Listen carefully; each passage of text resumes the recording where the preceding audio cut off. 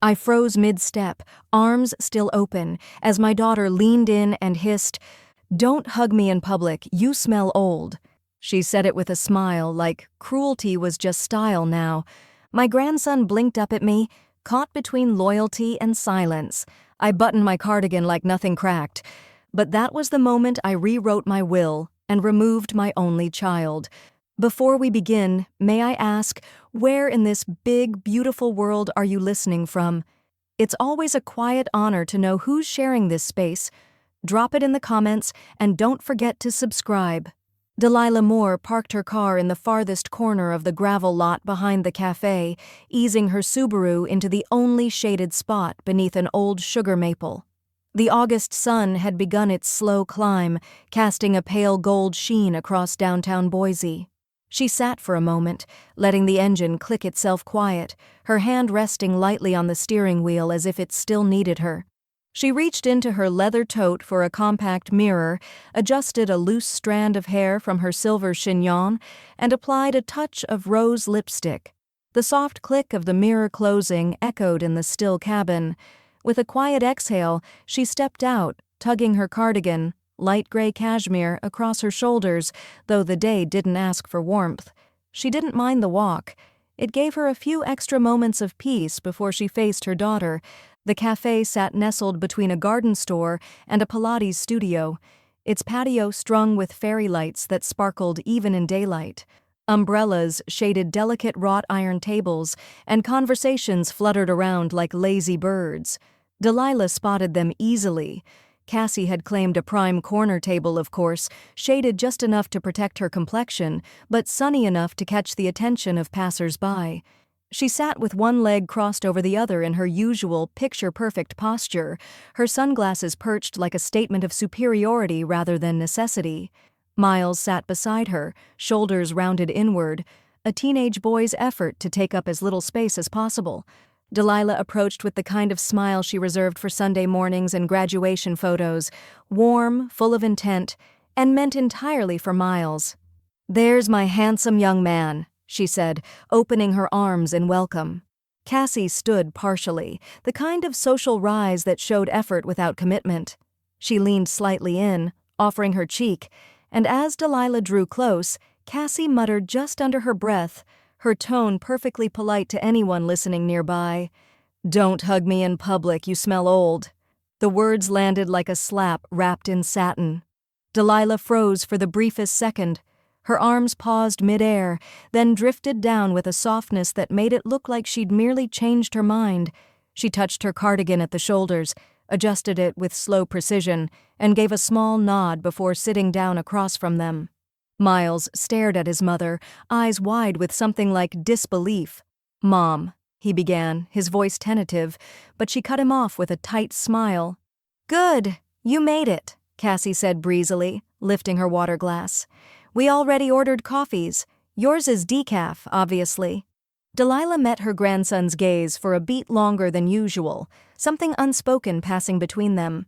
She turned her attention to the server who arrived just then, balancing a tray with 3 mugs and a tiny vase of wildflowers. "We have a seasonal elderflower spritz if anyone's interested," he offered, placing cups down gently. Cassie laughed lightly, eyes never leaving her phone screen. "Elderflower, how fitting." Delilah said nothing. She reached for her cup and sipped with quiet grace. The conversation was dominated by Cassie's running monologue, a potential brand deal with a collagen company, an idea for a joint mother-daughter Instagram series, and a passing comment about how Miles needed to start networking. Every word seemed curated for an audience that wasn't there. When Delilah asked about his upcoming biology project, Miles lit up briefly. But as soon as he mentioned a topic that didn't align with Cassie's preferred optics, soil composition, not marine pollution, she redirected. "I just think it's better to focus on something visually engaging. You know, for your college apps," she said, dabbing at the corner of her mouth like an executive folding a memo. The server returned with the check. Cassie didn't look up as she slid it toward her mother, her freshly manicured nails tapping twice on the receipt folder. "Would you mind covering? I'm between client invoices." Delilah didn't flinch.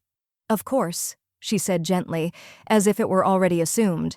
Outside, the sun had shifted high overhead, throwing sharp shadows across the brick-lined sidewalk. Cassie air-kissed the air near her mother's cheek and walked toward her BMW without waiting for a goodbye. Miles lingered behind, adjusting the strap on his backpack, his expression conflicted. "You still picking me up Tuesday?" he asked, his voice low. Delilah gave a small, reassuring nod. "I'll make the peach cobbler." His lips twitched into something like a smile, though his eyes still carried the weight of what had happened. Then he turned and followed his mother, who was already backing out of the parking space without a glance in the rearview mirror. Delilah remained standing by the host stand for a few moments longer, the sounds of brunch fading into background haze. She opened her phone and scrolled past the recent photos, peach trees, library shelves, Miles holding a book to his chest, until a text buzzed in from Nina. "Nina, how did brunch with Royal Highness go?" Delilah stared at the message. For a moment her thumb hovered without response. Then she typed, slow and deliberate, "Delilah. I won't forget it." She hit send, closed her phone, and began walking slowly back to her car, her shoes clicking softly against the pavement. Behind her, a lavender sprig slipped from the folds of her cardigan and fluttered to the sidewalk, unnoticed, but not unimportant. 3 days after the brunch, Delilah stepped off the main street and ducked behind the co-op bookstore, where a narrow, cobbled path opened into a small courtyard most people didn't know existed. Ivy curled up the brick walls, and the scent of old paper from the used bookstore mingled faintly with blooming jasmine that Clara insisted on coaxing through every season. The perfumery didn't have a sign, just a navy door with a brass handle and a frosted window etched with the outline of a moth. Inside, the air felt different, not just cooler, but slower. Delilah exhaled, the door clicking shut behind her, and let the space pull the tension from her shoulders. Clara stood behind a small counter, decanting something amber into a glass vial. Her dark curls were pinned loosely, safety glasses perched on her head like a crown of practicality. "Delilah," she said, not looking up, "you're early." Delilah moved through the space slowly, passing trays of dried florals and shelves of small, handwritten labels. The room smelled like memory, but also like something that hadn't happened yet. "I didn't want to think too much," Delilah replied. "If I'd sat with it, I might have talked myself out of coming." Clara capped the bottle and turned. "You're not a woman who talks herself out of things." Delilah smiled faintly. "I'm not a woman who changes things either. Until now." Clara gestured to the small velvet stool by the center table. "So, are we blending or are we burying?" Delilah sat, smoothing her skirt with care.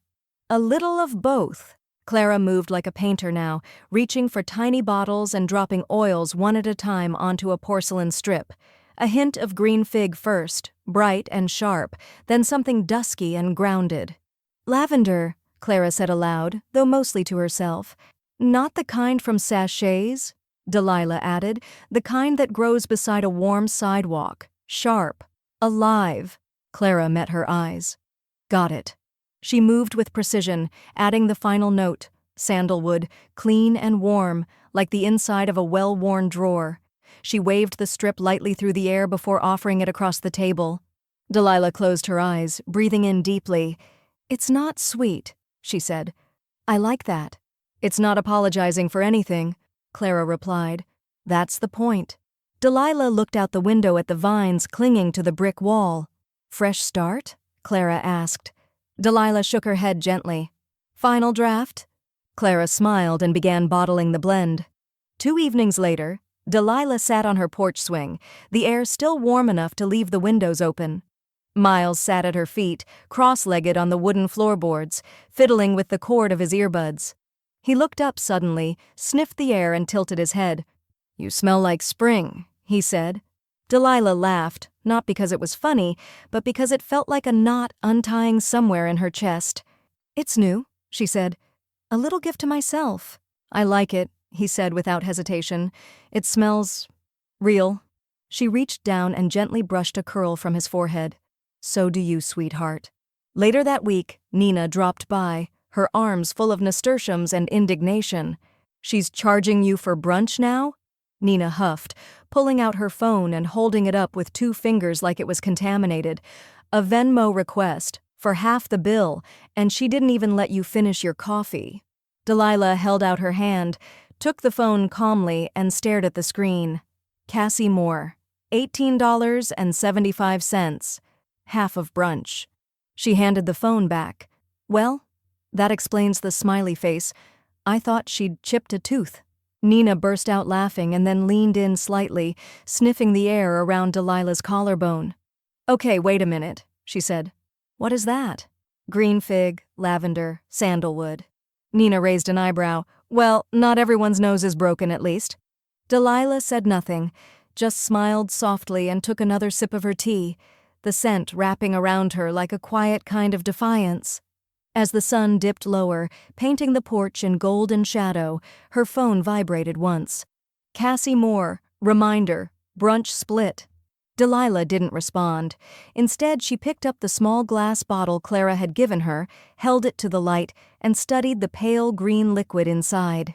She rose from her chair, walked to the kitchen, and opened the drawer where she kept her will.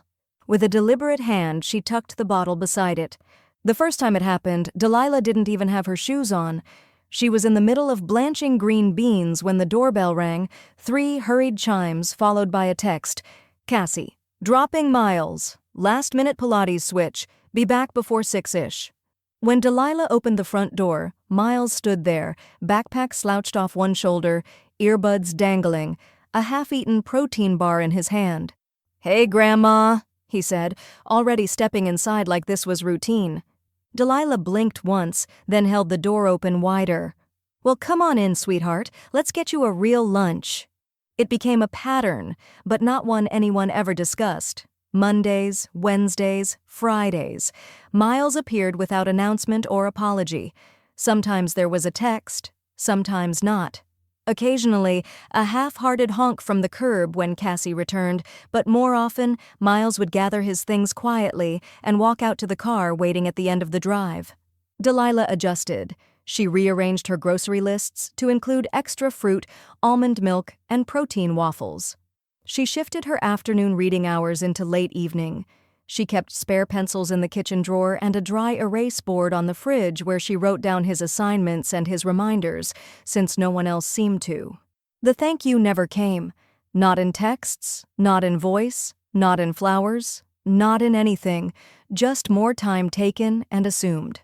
One Thursday afternoon, his 3rd visit that week, Delilah received a message while stirring turkey chili on the stove. Cassie, can you feed him something organic? He's been puffy lately. Delilah read the words twice before locking her phone, wiping her hands, and opening the drawer where she kept extra birthday cards and stationery. Instead, she pulled out an unused red leather notebook, its cover still stiff from disuse.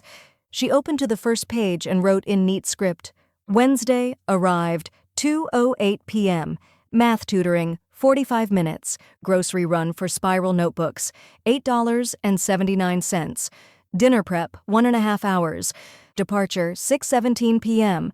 She underlined the date and closed the book carefully, her breath steady, her expression unreadable. Honestly, Nina said the following weekend, helping Delilah prune the wilting basil near the porch rail, you should start invoicing her like one of those nanny apps. Delilah chuckled, though it sounded more like an exhale. She wouldn't read the invoice. She'd just Venmo half and call it gratitude. Nina shook her head. She's squeezing you like a free rideshare with snacks. You ever notice she doesn't ask if you're available? Just assumes? Delilah snipped another basil stem, careful to leave the younger leaves intact. Assumptions are easier than apologies. Nina looked up. So what are you going to do? Delilah didn't answer immediately. She took her clippers and reached for the biggest stem, the one that had started to wilt inward from the weight of being ignored. I'm keeping track, she said finally.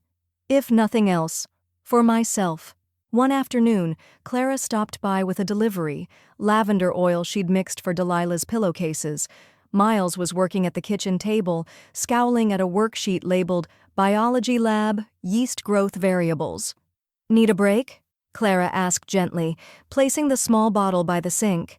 I'm okay, he said, tapping his pencil against the edge of the table. I just don't get how it's growing faster when it's supposed to slow down. That's fermentation, Delilah called from the stove. Sometimes the right kind of warmth makes everything rise faster. Clara smiled. I could take him for a couple hours if you ever want a day off. Before Delilah could respond, Miles looked up sharply. Thanks, he said quickly, but I'd rather be with Grandma. Clara blinked, then nodded with a kind smile. Well, offer's there.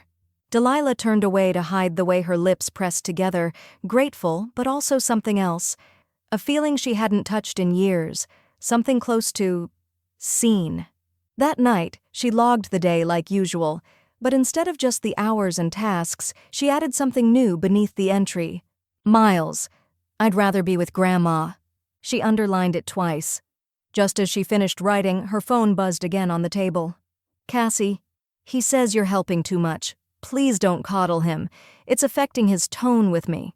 Delilah stared at the message for a long moment, then closed the phone without replying. Her hand moved back to the red notebook. She turned to a fresh page. The kitchen was quiet, save for the rhythmic ticking of the wall clock and the soft hum of the dishwasher winding down its cycle. Outside, rain tapped gently against the window panes, a welcome reprieve from Boise's dry stretch of late summer heat. Delilah sat at the breakfast table with a cup of chamomile cooling beside her elbow and a manila folder open in front of her. The document had yellowed slightly around the edges. She'd updated it every few years, quietly, responsibly, like replacing batteries in smoke detectors. The language was still clear, the signatures intact. Her own handwriting was in the margins, notes in pencil about bequests and contingencies, but one name sat too comfortably on too many lines: Cassandra Elaine Moore. Delilah's pen hovered for a moment and then, without hesitation, she uncapped a red felt-tip marker. A single stroke crossed out Cassie's name on the primary airline, another on the page that designated durable power of attorney, one more where Cassie was to receive the house in full and unrestricted access. Each line bled crimson. She circled the name at the top of the distribution list. A neat, decisive oval, Miles Andrew Moore. The marker clicked shut with a finality that echoed through the kitchen louder than it should have. Delilah placed it gently on the table, then closed the folder and held it against her chest for a long moment. Her hands were steady, her heart oddly light. Richard Lanning's office had that dry paper smell only older law firms had, the kind built before everything became glass and fake plants. It was tucked on the second floor of a 2-story brick building downtown, its windows shaded by faded navy awnings. Delilah arrived 10 minutes early, as always. Richard looked up from his desk when she entered, glasses perched low on his nose. "Ah," he said, standing with a grin. "You've got the look of a woman who's made up her mind." Delilah held up the manila folder. "Time to correct a mistake." He took the file with a nod and gestured toward the chair across from him. "Oh, good," he said, flipping the cover open. "I was hoping you'd say that." He skimmed the documents quickly, efficiently but with care, and made a small, satisfied noise when he saw the red circles. "You know, most people hesitate at this part. They second-guess, rationalize. You're not most people." Delilah gave a small smile. "I was once." He opened a new file on his computer and began typing. "We'll draw up a fresh document, add in the protective clause, file the rescission of the prior version.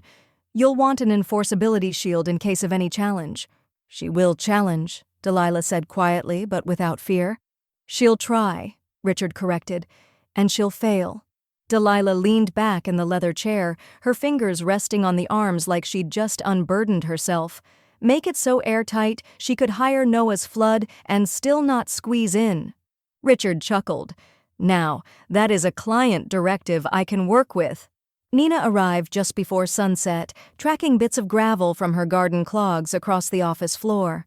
She pulled off her gloves as she entered, hair still tucked under a wide-brimmed straw hat. "Did I miss anything juicy?" "You're right on time," Richard said, nodding toward the stack of final papers. "Witness signature, bottom page." Nina scanned the documents briefly, then looked at Delilah with a raised brow. "Well, look who finally broke out the permanent marker." Delilah shrugged lightly. "Someone had to." Nina signed without hesitation. We all saw the brunch. Richard looked between the two women and slid the files into an envelope. All right. Filed, notarized, and in effect as of now. The estate, assets, and guardianship responsibilities will go to Miles. Cassandra Moore is no longer named or entitled in any capacity. The protective clause is ironclad. No contest. Delilah stood, smoothing the front of her jacket. That's the first time I've heard her full name spoken without apology. I can say it again, Richard offered, louder this time. Delilah laughed softly. No need. The silence in her inbox will say plenty. That evening, after dinner, Delilah placed the new folder in her fireproof box and locked it with a quiet click. She looked around the house, her house, with its warm wooden trim and sun-streaked windows and books lining every corner like friends too loyal to leave. She brewed herself a cup of mint tea, then sat on the front steps and watched the porch light flicker on. Crickets hummed low in the grass. A breeze lifted the edge of her sleeve.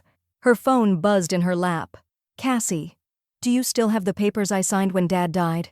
Need them for the refi paperwork. Delilah stared at the screen for a long time, her thumb hovering just above the keyboard. Then she did something she'd never done before. She deleted the message without replying. The morning air was unusually crisp for August, and Delilah welcomed it. She opened the windows wide, letting the breeze stir the linen curtains and carry the scent of the garden inside. The house exhaled with her, quiet, steady, relieved. At the kitchen table, the new will sat before her, freshly printed and thick with legal padding. Richard had emailed a final copy for her records, and she had printed it on her best ivory stock. The words were weighty in their finality, but also strangely elegant. Miles's name appeared again and again, like a steady drumbeat through the legalese. Executor, sole heir, beneficiary, guardian of trust. The manila folder from the past had been replaced by something firmer, more assured. This was not a maybe. This was a map. Delilah smoothed the corner of the document, her index finger pausing on a clause she'd insisted be added. No inheritance or asset shall be awarded to any individual who has demonstrated manipulative, negligent, or coercive behavior toward the testator, with examples documented. It was written in dry legal prose, but she knew exactly who it spoke to, and who it didn't. After breakfast, she wrote a check for $30,000 addressed to the Boise Public Literacy Initiative with a memo line that read, "In honor of those who teach by showing up." She placed it in an envelope with her own return address written in her careful script. Then, instead of leaving it in the mailbox, she drove it downtown and handed it directly to the receptionist at the city building. No press, no plaque, no speech, just intention. Richard filed the paperwork within the hour. "As of today," he said, voice crisp over the phone, "everything is in place, ironclad, and active." That afternoon, a bouquet arrived on Delilah's front step. White lilies, tall and unapologetic, nestled in a deep green vase. The note tucked among the stems was short, Nina's handwriting sharp and unmistakable. "No more parasites. Let the garden thrive. Punjay." Delilah placed the bouquet beside the window, where the late sunlight caught the petals and made them glow like something holy. She didn't hear it herself. Of course not. But word trickled through Nina, who heard it from Ruth at the garden center, who heard it from Elaine at the Pilates studio.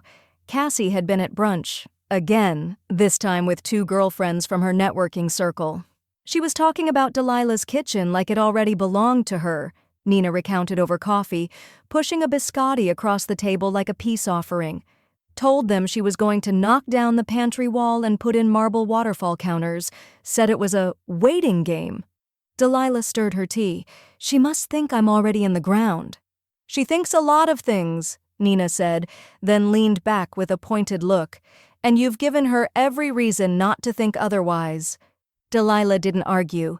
She had no need to correct illusions that would unravel themselves. That weekend, she had a locksmith out before sunrise. The man worked quietly, efficiently, replacing the deadbolts on every exterior door and updating the keypad on the garage. Delilah walked the perimeter with him afterward, checking camera angles and ensuring the system was synced to her phone. It felt less like paranoia and more like returning a set of keys she'd never meant to give away. She didn't tell Miles about the changes, just added his fingerprint to the front door lock and made sure he knew the code. "Emergency use only," she said. "This house is yours when you need it, but not to worry about yet." He looked at her curiously, but nodded, slipping his hands back into the hoodie he almost always wore these days. "Okay, Grandma." They walked the garden path that evening, just as the sky turned lavender over the foothills. Miles walked in quiet thoughtfulness, his feet brushing through the thyme that spilled over the stepping stones. Then he stopped suddenly. "Can I ask you something?" Delilah turned, brushing a strand of hair behind her ear. "Of course." He hesitated, kicked at a pebble, then looked up. "Is Mom actually in your will?" The question didn't land like an accusation. It felt more like concern, or maybe a quiet knowing that had finally gathered enough courage to speak. "She acts like she's already in charge," Miles added, his voice quiet but edged with something that sounded almost like warning. Delilah didn't answer right away. She looked up at the sky instead, where one pale star had just begun to flicker. Delilah didn't look at Miles right away. She let the question sit between them, fragile and unfinished, like a note played on a string that hadn't quite stopped vibrating. The light was thinning over the garden. The pear tree at the edge of the yard cast long shadows across the path, the breeze tugging gently at its leaves. Miles shifted on his feet, waiting, not impatient, but open. He had always been like that with her, not pressing, just present. "One day," Delilah said softly, her voice as steady as the wind, "you'll understand." Miles gave a small nod, but the way his jaw tensed said he didn't believe her. Not yet. His eyes lingered on her face, searching for something she didn't intend to give. Then, as if sensing the end of the moment, he turned and continued down the path toward the porch. Delilah followed more slowly. The garden, for all its beauty, suddenly felt like a stage after the actors had exited, a little too quiet, a little too revealing. Inside, her phone buzzed twice from the side table. She almost ignored it. "Cassie, are you drinking enough water lately?" A pause, then another ping. "Cassie, found these supplements. Great for women, our age. Magnesium, L-theanine, something for mood. Just a suggestion." There was a smiling face emoji after the word mood, the kind with rosy cheeks and closed eyes, as if to suggest concern and affection. Delilah stared at it for a long time. Then she locked the screen and set the phone face down. When she looked up, Nina was standing at the screen door, holding a mason jar of sun tea in one hand and a cardboard box under her other arm. "Your daughter is officially unwell," she said by way of greeting, letting the door creak open. "Sending you vitamins now?" Delilah raised an eyebrow. "I'm a woman of a certain age, Nina. Clearly that means my hydration needs supervision." Nina crossed the kitchen and dropped the box on the table.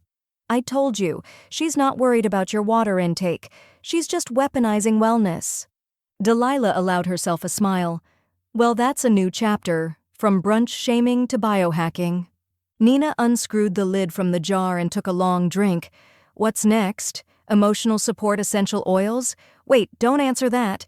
You've probably already got those." Delilah reached into a drawer, pulled out a small glass bottle with a cream label and a navy ribbon tied at the neck. "Clara dropped this off today."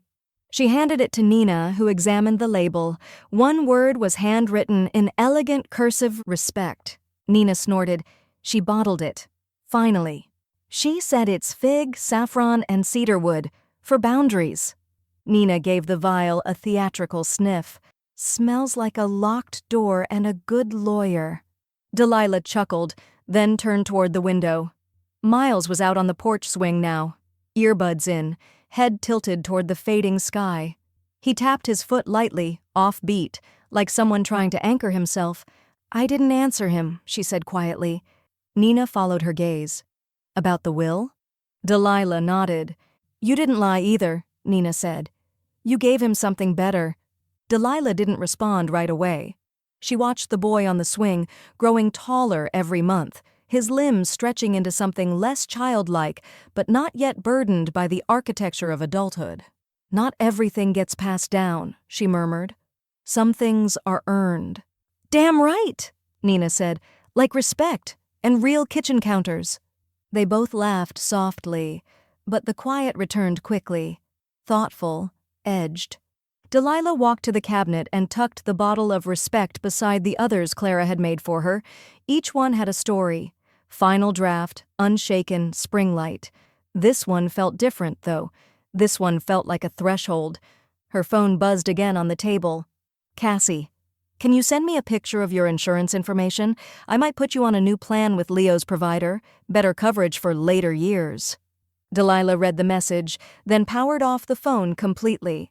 Through the window, she watched as Miles swung forward slightly, then back, then stilled himself with both feet on the porch. He was looking at the door now, waiting. The brunch invitation arrived not as a warm text or a phone call, but as a calendar alert. Cassie had sent a digital invite with a location pin and the vague subject line, catch-up and future planning. Delilah didn't respond right away. She waited 2 days, then clicked accept, not because she intended to be agreeable, but because she wanted to be present, on her own terms. The cafe Cassie chose this time was trendier than the last, a place where glasses of cucumber water were pre-poured and the waitstaff wore branded baseball caps instead of aprons. The patio was filled with gold-plated cutlery and muted terracotta tones, as if it were trying to impersonate someone's idea of luxury. Delilah arrived in a navy blouse and her pearl earrings. She wore no makeup but had pressed her slacks and spritzed on Clara's respect. She didn't look rich or old. She looked exact. Cassie was already seated at a corner table, scrolling through her phone. She glanced up only briefly as her mother approached. "You made it," she said, then set her phone down beside a crisp manila folder and a rolled architectural draft tube with a plastic cap. Delilah eyed the items but sat without comment. "I got us oat lattes," Cassie chirped, "and they had that rustic toast you like. Avocado, heirloom tomato, sea salt." Delilah smiled politely. "How thoughtful." Cassie took a dainty bite, wiped her lip with a cloth napkin she'd probably brought from home, and reached for the folder. "I've been talking to a few agents," she began, sliding the folder open and revealing glossy real estate brochures with captions like "Sunset-ready potential" and "Unlock your nest egg." "You know, just thinking ahead, inventory's tight right now, so if we co-list soon, we could lock in top dollar before the next interest rate jump." Delilah sipped her latte. Cassie continued, tapping one photo with her nail. "And the kitchen's good bones, obviously, but I'd still recommend redoing the cabinetry before open house. You'd recoup like 90% of that cost, and it'd make the walkthroughs smoother when—" "When what?" Delilah interrupted, her voice clear but measured. "I'm still living in it." Cassie blinked, mid-pitch. Then she gave a tight little laugh, brushing it off with a wave. "Of course. I didn't mean now. I meant someday. Eventually. You know, just thinking strategically." "Strategically," Delilah echoed, not as a question but as a verdict. Cassie took another bite, then gestured at the draft tube. "These are just concepts. A friend from Leo's architecture firm mocked up a redesign. Open floor plan, 2 offices, soaking tub. I figured, when the time comes, it could be good to already have a vision in place." Delilah looked at the paper napkin under her teacup. A ring of condensation had started to bloom outward, slow and inevitable. "I admire your preparation," she said softly, setting down her cup, "but it seems you've drawn up an awful lot of plans for a home that isn't yours." Cassie tilted her head, smiling like someone caught on a podcast mic. "Don't be dramatic, Mom. You always said you wanted things to be simple." Delilah pushed her chair back gently and stood. Cassie frowned. "We haven't even talked about the investment account. Leo thinks—" "I'm not discussing this over toast," Delilah said, reaching for her bag. Cassie leaned back, folding her arms. "You're being emotional again." Delilah didn't reply. At the edge of the patio, a familiar Subaru idled at the curb. Nina was in the driver's seat, sunglasses on, radio playing low. When Delilah opened the passenger door, Nina didn't say anything. She just nodded once, pulled a to-go cup from the console, and handed it over like she'd been expecting this exact outcome. Delilah took one last look back toward the cafe. Through the tinted glass, Cassie sat alone now, scrolling once again through her phone, her mouth pressed in a hard line. You want the scenic route or the short one? Nina asked, merging into traffic. Neither, Delilah said. I want the quiet one. They drove for a while without speaking, Boise's mid-morning traffic already thinning. The latte was still warm in her hands. Back at home, Delilah stepped inside, dropped her keys in the bowl by the door, and pulled out the red leather notebook. She flipped to a blank page, paused, and wrote in calm cursive, "Brunch number 2, left early, mid-sentence." She capped the pen, no further comment. It was nearly dusk when Miles knocked on the screen door, not bothering to text first. He'd stopped asking if he could come over. Delilah had made it clear long ago that her door didn't require appointments. She was in the kitchen, shelling peas into a wide ceramic bowl, her sleeves rolled neatly to the elbow. She didn't look up when she said, "There's lemonade in the fridge and cookies cooling on the rack. Take what you need." Miles moved quietly, grabbing a glass and a cookie before settling into the wooden stool near the counter.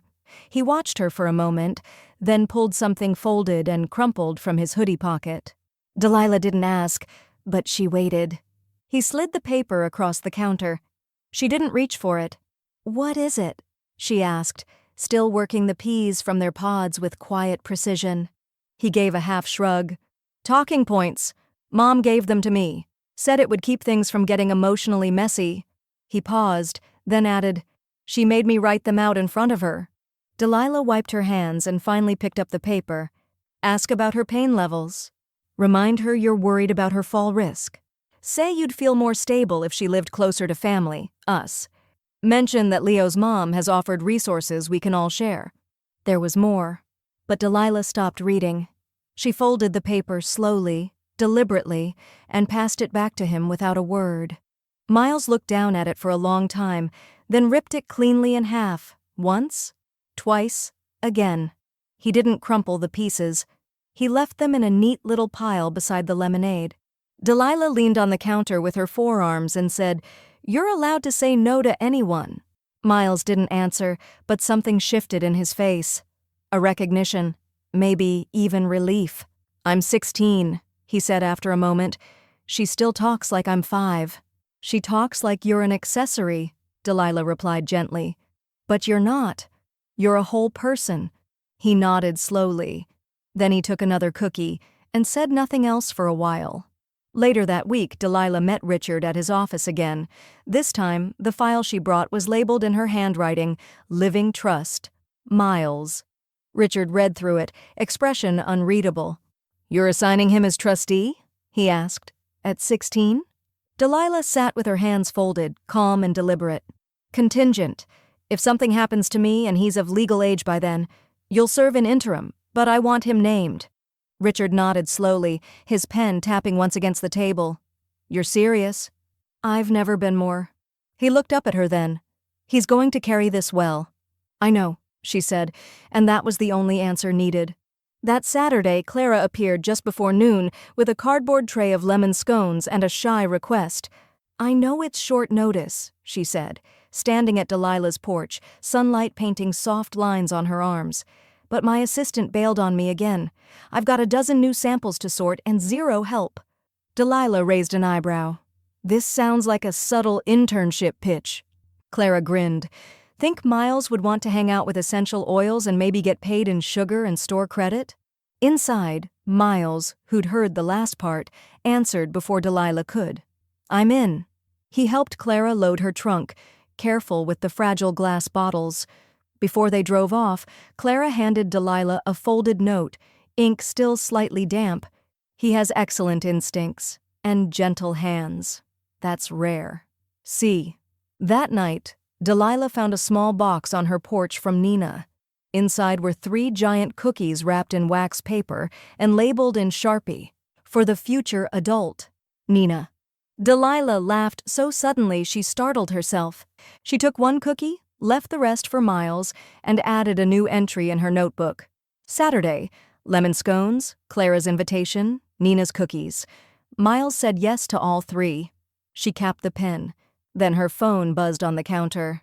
"Cassie, Leo's been acting distant lately? You poisoning him against me now?" There was no emoji this time. Delilah didn't reply. She simply turned her phone face down, walked into the garden, and sat in the gathering twilight, the scent of cedarwood and fresh mint rising around her. The waiting room at St. Luke's Memory and Neurological sat like a holding pen for suspicion. Magazines no one wanted to read, faux plants, a digital wall clock ticking too loudly. Delilah sat upright in the molded plastic chair, her handbag tucked neatly at her side, and her posture betraying not even a whisper of nerves. Across from her, an older man was arguing with a receptionist about a billing code. She barely noticed. Her attention was on the clipboard in her lap, a brief history intake she'd already completed in full, double-checked for grammar. The test itself had been long, deliberate, pattern recognition, logical sequencing, recall from short stories read aloud in a flat, clinical voice, drawing a clock, naming vegetables, reciting proverbs. The psychologist administering it had been kind but careful, scribbling in shorthand and glancing too often at the wall-mounted timer. When it was over, she walked out without waiting for affirmation. She didn't need it. By Monday, Richard had the results in hand. "Near perfect," he said, laying the report across his desk. "Verbal reasoning in the 95th percentile, attention and memory both stable, no impairments. You scored higher than I did on 2 of these." Delilah gave a modest shrug. "Well, I've been practicing logic games in the mornings. Keeps the tea from tasting bitter." Richard laughed and slid a second file toward her. "I've already sent the notarized will, the trust documents, and now this assessment to the probate court. Just in time, too." Delilah raised an eyebrow. He leaned back. "Cassie filed an emergency petition last Friday. Claims concern over your executive function and personal decision-making capabilities. She's requesting conservatorship. Says you've become erratic, that she fears for your well-being." Delilah didn't blink. "I see. She's basing it on the fact you've limited contact and refused to share your financials," he continued, "which in legal terms is called being a grown adult." By 3:17 p.m. that afternoon, the petition was officially denied. The court clerk called Richard directly. "Judge thought it was absurd," she said. "Didn't even warrant a hearing. He added a note to the record, baseless and inappropriate." Richard printed it out for Delilah anyway. "For your scrapbook," he joked. Delilah folded it once and tucked it into her red notebook. That evening, Nina brought over a bottle of non-alcoholic cider and 3 mismatched glasses. They stood in Delilah's kitchen, the back door open to the cool evening, and toasted quietly over the stove while a berry cobbler warmed in the oven. "To your brain," Nina said, raising her glass. "May it outlive your patience." Delilah clinked her glass gently against hers. To the judge. "May his inbox stay unpolluted." They both laughed. Nina poured another splash. "She must be livid." "She won't stop here," Delilah said calmly. "She's just warming up." Nina set her glass down. "Let her sweat. Every move she makes just sharpens the contrast." The next morning, Delilah and Miles stopped by the city library for a local author reading. A few retirees, a smattering of parents, and 1 bored toddler circled the courtyard. Delilah wore her lavender cardigan. Miles wore a faded T-shirt from a science camp he claimed to hate but had never thrown out. They stood together near the back, sipping lemonade from paper cups. As the reading ended, the crowd clapped, then began to disperse. Miles suddenly turned toward her. "Hey," he said, and before she could answer, he pulled her into a hug. Not one of those awkward, chin-over-the-shoulder teenage hugs, but a full, anchored embrace. In public. No hesitation. Delilah froze for a breath, then melted into it. Her arms wrapped around him, steady and sure. Someone nearby smiled. A librarian took a photo for the city's newsletter. He didn't let go right away. When he did, he said, "I just wanted to do that. No reason." Delilah blinked twice to clear her vision. "Well, thank you," she whispered. She thought that moment would carry her through the weekend. She was wrong. That night, Richard called, his voice low, clipped. "I just got an email from opposing counsel. Cassie's filed a preliminary claim." Delilah's stomach tightened. "What kind?" "She's alleging Miles has exerted emotional coercion over you, that his presence has disrupted your mental clarity and compromised your independent decision-making." Delilah sat down slowly. "She's trying to discredit her own son?" she asked, voice barely above a whisper. "She's trying to reverse the tide," Richard said, "and she's starting to drown." Delilah stared into the dark kitchen. The boy had hugged her without asking, and somehow Cassie thought that was a crime. The notice arrived by certified mail. Delilah signed for it at the door in her garden gloves, a smear of potting soil still on her wrist. She didn't open it right away. She set it on the counter beside the bowl of lemons she'd been meaning to juice, washed her hands, and finished pruning the rest of the rosemary on the porch. Only then did she slit the envelope open with the same letter opener she'd once used to read Miles's hand-drawn birthday cards. Inside, a formal petition to the family court of Ada County filed by Cassandra Elaine Moore. Language filled with bolded phrases like undue influence, manipulative dependency, and diminished capacity exacerbated by adolescent proximity. Delilah stared at it for a long time. Then she exhaled slowly, folded the letter back into its envelope, and placed it on top of the red leather notebook like it had been earned. She texted Richard, "It's here. Let's prepare accordingly." His reply came almost instantly. "Already started. We're going to bury this thing in receipts." By the following Monday, Richard had built a wall of defense taller than anything Cassie could scale. He submitted the notarized will, the sealed capacity report, and a full paper trail of every communication between Delilah and Miles over the past 6 months. Every journal entry, calendar event, grocery list, and annotated homework packet. Clara provided a written affidavit detailing her time with both Delilah and Miles. Nina signed a sworn statement about the brunch incident, the Venmo request, and the unsolicited planning documents. They even included the photo from the library courtyard, Miles hugging Delilah in plain view of the public, surrounded by smiling strangers, and looking like anything but a mastermind of coercion. The case never reached a hearing.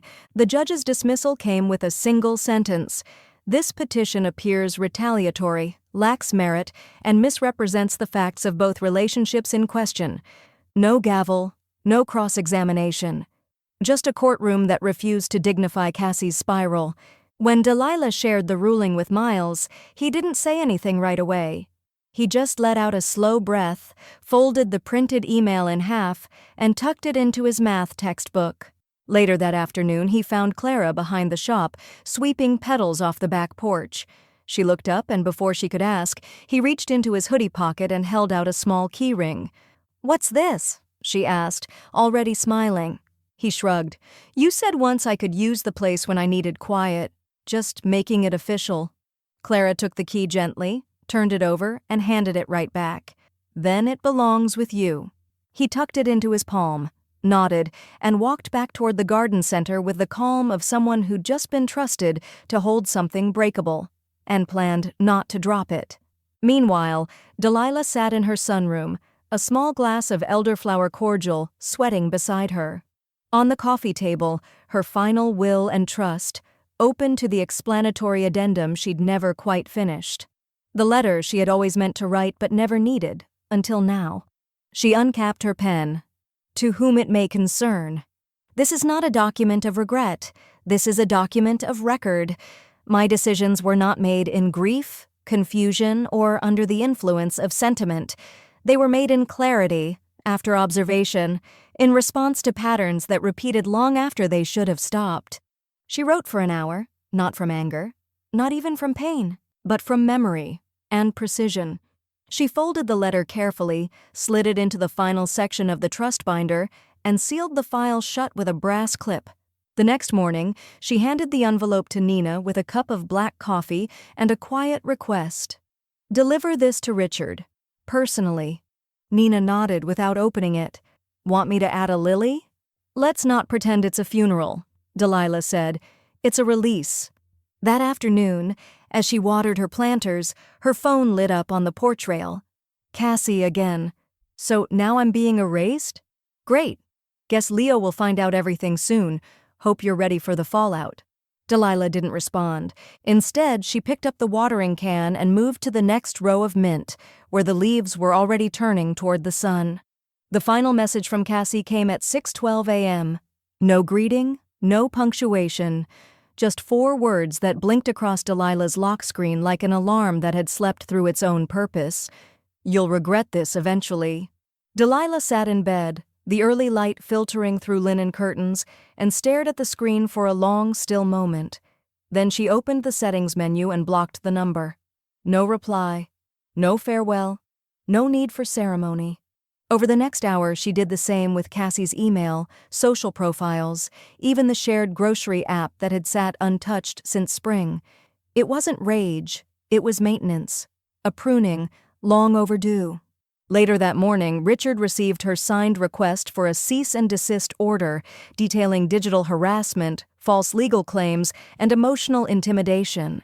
He filed it that afternoon, along with a formal statement that Cassie Moore was no longer welcome to contact Delilah Moore in any form for any reason until further notice. By Thursday, Cassie tried to call from a different number. Delilah didn't answer. On Friday, she showed up in person. It was just past noon when Nina's garden camera picked it up. Cassie stepping out of a silver crossover SUV in oversized sunglasses and workout clothes, too polished to have seen a drop of sweat. She didn't knock. She walked around the side of the house and tried the back gate. It didn't open. She rattled it once, twice, then leaned over the fence shouting, "Mom, I know you're home. I saw your car." Nina was already halfway across her own yard with her phone out. "Hi there," she called, in a tone usually reserved for Girl Scouts and solicitor warnings. "You're being recorded. I'm asking you to leave." Cassie turned sharply. "You can't seriously be—" "You're trespassing," Nina said calmly. "You've been warned before." Within 10 minutes, a Boise PD cruiser pulled onto the street. An officer stepped out, clipboard in hand, sunglasses reflecting the flat summer glare. He didn't argue. He simply read the official warning aloud and had Cassie sign a copy. Delilah watched it all from inside, the edge of her curtain pinched between her fingers. She didn't flinch. She didn't wave. She just watched. As the cruiser pulled away and Cassie's SUV followed with a screech, Delilah finally let the curtain fall. The next morning, she began something new. At precisely 7:03 a.m., she filled the kettle, set her favorite classical record on the old turntable in the den, and walked barefoot into the garden with her coffee in hand. The Bach cello suite hummed from inside the house, slow and steady, wrapping around the vines like silk.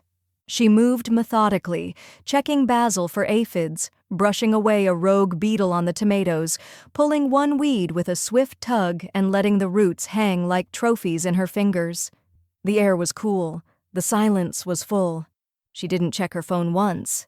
By the end of the week, it had become a ritual. Coffee, Bach garden, no news, no noise, no one else's timeline dictating the pace of her day.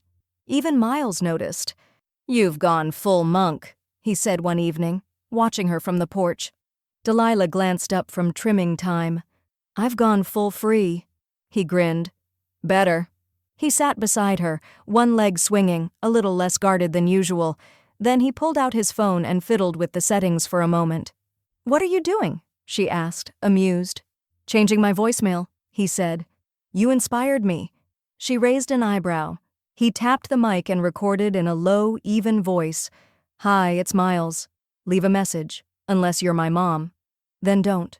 He hit save without hesitation. Delilah let out a startled laugh, the kind that slips out before it can be softened. "That might be a little harsh," she said, though her tone was more proud than concerned. Miles shrugged. "She called my counselor this week, said you were altering my worldview." "Are you sure I'm not?" He looked at her for a long beat, then said quietly, "I hope you are." That night, as the record crackled and the garden swayed beneath a waning moon, Delilah picked up her red notebook and wrote a single sentence. "She said I'd regret this." Then, beneath it, with a firmer hand, "I don't." The second test felt easier than the first. Not because the questions had changed, they hadn't, but because Delilah now understood the choreography of doubt, how it moved, how it tried to sneak into the room in a lab coat and glasses and call itself concern. She sat beneath the same sterile ceiling, the same hum of artificial air. The clinician was younger this time, but polite. Her voice was calm, her tone unobtrusive. Delilah didn't bristle. She answered each prompt with clarity, completed every sequence, and, when asked to recall a story involving two sisters and a missing ring, added a line the script hadn't included, just to see if anyone was paying attention. They were. An hour later, she stepped out into full sun, keys already in hand. Her steps didn't quicken. They didn't need to. Richard called her the next morning. "Flawless again," he said.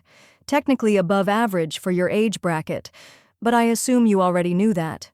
"I had a hunch," she replied, buttering a slice of toast. "File it with the rest and seal it." "Done. It's now a permanent affidavit, attached to your will, trust, and legal correspondence. You are officially, in legal terms, undiminished." Delilah chuckled. "Not the sexiest adjective I've earned, but I'll take it." Later that week, Clara stopped by with a new bottle, this one smaller than the rest. No ribbon. Just a clean glass cylinder and a hand-lettered label, pressed neatly against the glass. Unshaken. Delilah turned it in her hands. "I thought that one was already in your collection." Clara shook her head. "It wasn't finished, not until now." She opened the cap and let the scent breathe into the room. Green cardamom, black tea, a trace of burned sugar, and cedar. Delilah inhaled, eyes half closing. "It smells like boundaries." "It smells like you," Clara said, and kissed her lightly on the temple. On Friday, Nina sent her a link with no subject line. Delilah opened it in her garden, sitting cross-legged beneath the lilac tree with a chipped mug of cold coffee balanced on her knee. The headline read, "The Slow Theft, What Elder Manipulation Really Looks Like." There were no names, no towns, no direct accusations, just a narrative woven from threads that sounded eerily familiar. Brunch debt, unsolicited planning, wellness advice disguised as control. She read every word. At the bottom, submitted anonymously by someone who finally watched a friend stop apologizing. Delilah smiled. She didn't need to guess. That Sunday, the house was silent. Miles had gone to help Clara with the afternoon rush, something about a pop-up stand near the Saturday market. Delilah had already watered the garden, prepped soup for the week, and set the classical record to side B. But something tugged at her. She moved to the den and retrieved a small black camera from the desk drawer. It had been Miles's years ago, back when digital meant freedom and not surveillance. She set it on the mantel, checked the angle, and pressed record. She didn't script it. She didn't plan the words. She simply spoke. About how life softens when you let it. How family is not an inheritance but a series of choices. How love, even when rejected, can outlast resentment if it's made of something strong enough. She explained her decisions, plainly, calmly, with no malice. Just math, just years, just reality, organized. She ended with a smile. "If you're watching this," she said, "it means you've reached adulthood, which means you're allowed to build things your own way. I only hope you use what I've given you not as a finish line, but as a foundation. The rest belongs to you." She powered the camera off, removed the memory card, and slipped it into a small gray envelope labeled in her neat, steady hand. "Miles, 18. Open on your own time." Then she walked it to the fireproof box and sealed it inside. No backup, no password, just faith. That evening, while slicing apples for tart dough, her phone vibrated once across the counter. Cassie again, this time from a burner email address, hidden sender, no subject line. The message was short, "You've poisoned him against me. You'll die alone." Delilah didn't respond. She didn't even pause. Instead, she brushed cinnamon across the apple slices, slid the tart into the oven, and turned on a cello suite loud enough to drown out everything but the sound of her own piece. It happened on a Tuesday, the kind of overcast afternoon that seemed to press gently against the windows, offering quiet rather than gloom. Delilah had just returned from her usual walk through the neighborhood, longer than necessary, slower than expected. She liked the stillness it gave her body afterward. She was setting her keys in the bowl by the door when she heard it, the muffled wheels of a suitcase against the walkway, a sound too familiar from old vacations, delayed flights, and all the times she'd watched Cassie move in and out of her own obligations like a revolving door. She stepped to the front window. Cassie stood at the porch's edge, hair unbrushed, lips cracked from what looked like too much sun and too little water. A suitcase beside her, one of the expensive hardshell kinds. Red. Delilah didn't move. The doorbell rang, once, then again. No urgency, just insistence. Delilah opened the door. She didn't step back. Cassie looked smaller up close. Not physically, she was still in her heels, still dressed in her usual wellness casual uniform, but there was something unraveled around the edges. Her mascara had flaked beneath one eye. Her breathing was uneven. She didn't say hello. "I need a place to breathe," Cassie said. Delilah's hand rested lightly on the doorknob. "Then I hope you find one." Cassie shifted her weight. "Mom, I'm serious." "I can see that." Cassie's voice cracked. "It was just one moment. One bad month. I was stressed." Delilah blinked once, then let the stillness gather around her words. "And I was your pillow." Cassie hesitated. "What?" "I was the thing you landed on, every time. I was your cushion, your pause button, your apology sponge. You dropped your weight on me so often you never checked to see if I could still breathe." She paused, voice steady. "You suffocated me." Cassie's lips parted, as if to argue, then closed again. The suitcase sat awkwardly between them, like a prop from a scene both women had outgrown. Cassie whispered, "Where am I supposed to go?" Delilah tilted her head slightly. "Somewhere you haven't burned." A voice called from just beyond the hedges. "I'd recommend a Holiday Inn." Cassie turned sharply. Nina stood halfway up the front steps, arms crossed, keys in hand, garden clogs covered in dirt, expression flat. "This porch doesn't do guilt trips anymore. We repaved." Cassie opened her mouth. "Don't," Nina warned. "You won't like how I finish the sentence for you." Delilah didn't say a word. Cassie stood frozen for a breath longer. Then, without so much as a blink of thanks, she wheeled the suitcase off the step, one hard jerk at a time. No backward glance, no apology, just the rhythm of wheels scraping over gravel. Delilah closed the door, not loudly, not softly, just enough to mark the moment. 2 days later, Delilah stood in front of the city library, arms folded lightly across her chest, as a small crowd gathered near the sidewalk. The mayor was there, and a few local council members, milling about with scripted smiles and small applause cues. At the edge of the curb sat the familiar blue and white bus she had quietly funded months ago, once faded, now shining. New paint, new panels. A mural of children reading beneath a watercolor tree wrapped around the back. She hadn't come for the ceremony. She didn't like microphones or dedications. But she stayed long enough to see the new vinyl lettering across the side panel. The Delilah Moore Mobile Library, powered by books, rooted in choice. Clara nudged her shoulder. "You okay?" Delilah kept her eyes on the lettering. "I thought they weren't going to name it." "They weren't," Clara smiled. "The board voted last week. Unanimous." "I never asked for that." "You didn't have to." Clara handed her a program. On the back was a quote she didn't recognize at first, then realized it was her own.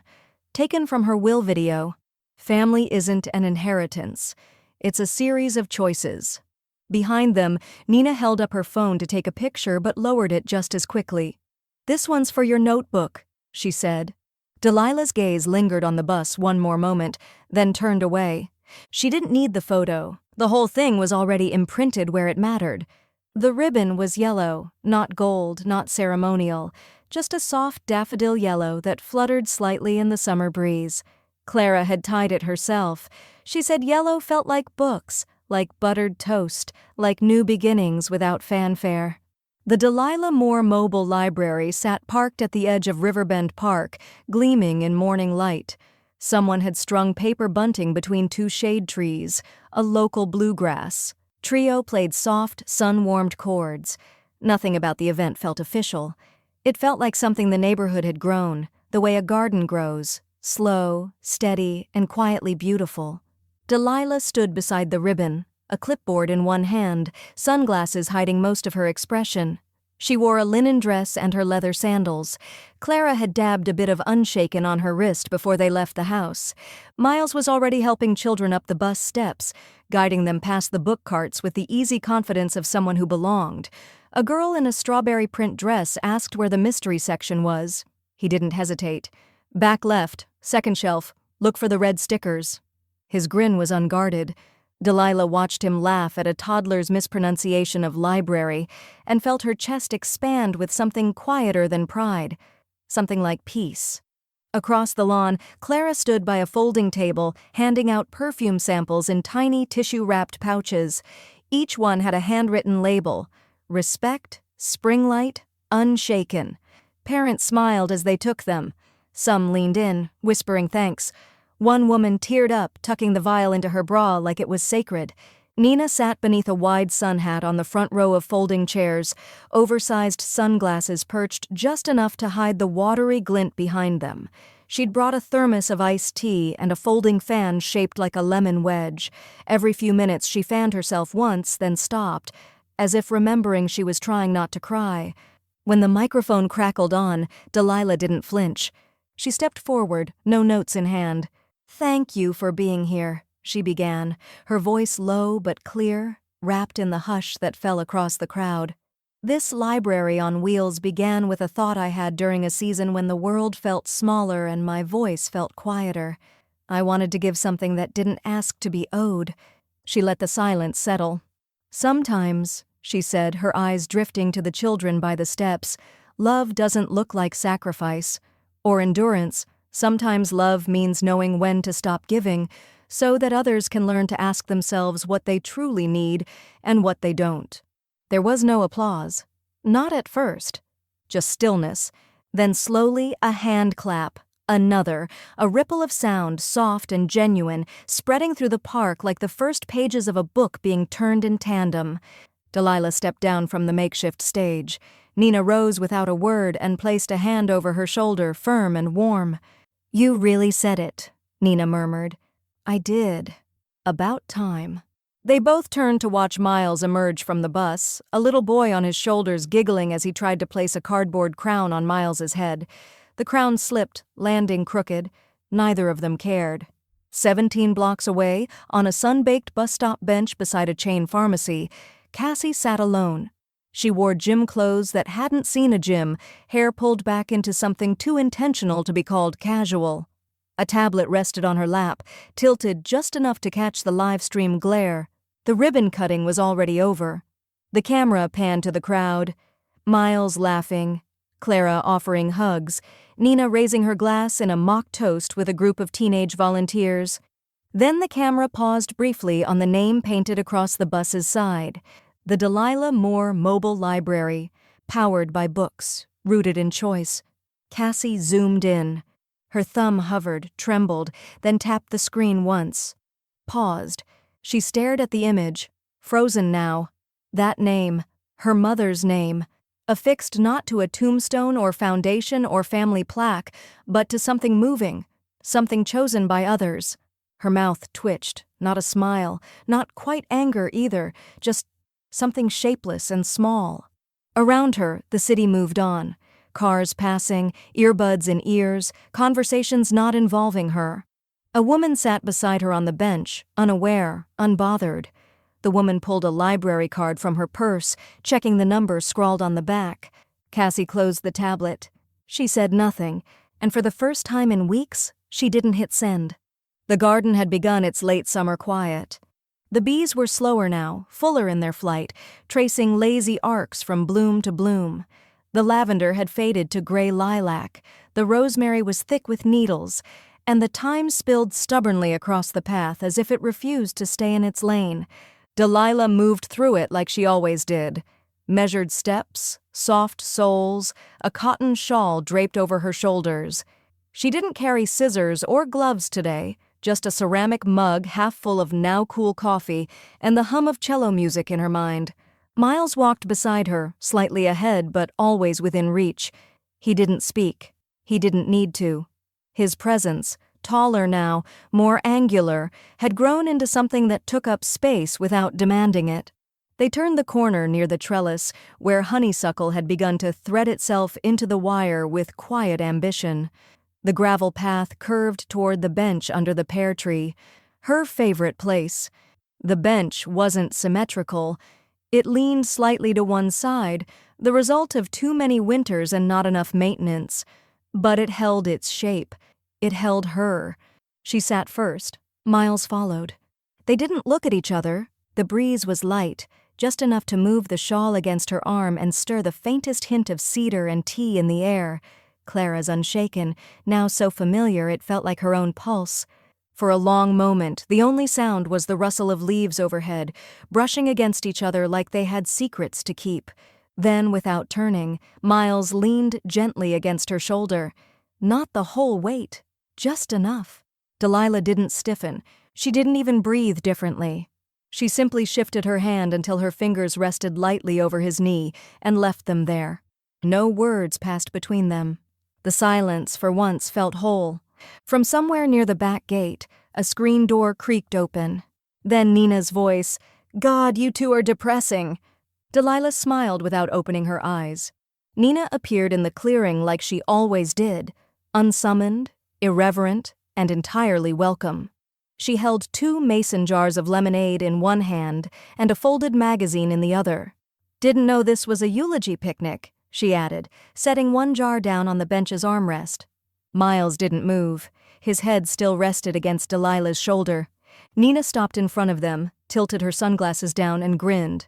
"That bad, huh?" Delilah opened one eye and raised her eyebrows. "We're meditating," Nina snorted. "You're napping vertical." She dropped the magazine onto the nearby stone ledge and sat on the grass with a dramatic exhale. "By the way, I saw a bumper sticker this morning that said, 'Get in, loser. We're going healing.' Nearly crashed the car." Delilah laughed softly. Miles did too, just a puff of air. But it was there. "I brought lemonade," Nina added, "because I'm a saint, or codependent.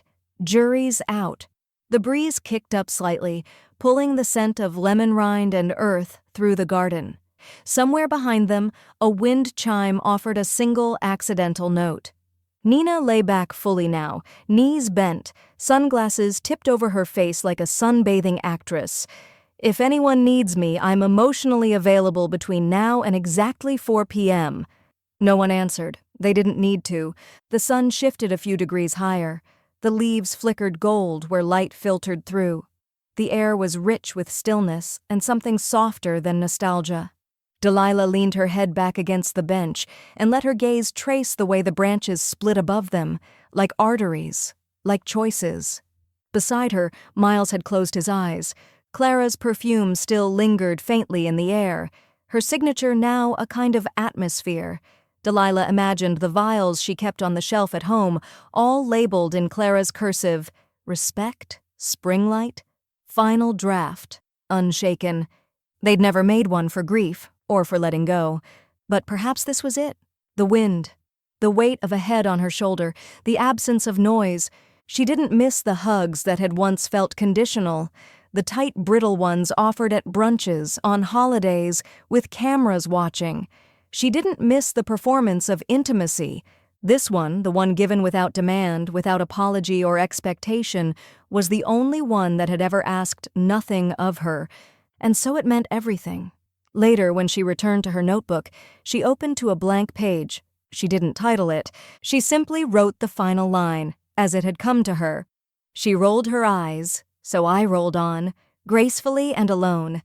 Then she closed the book and went back outside.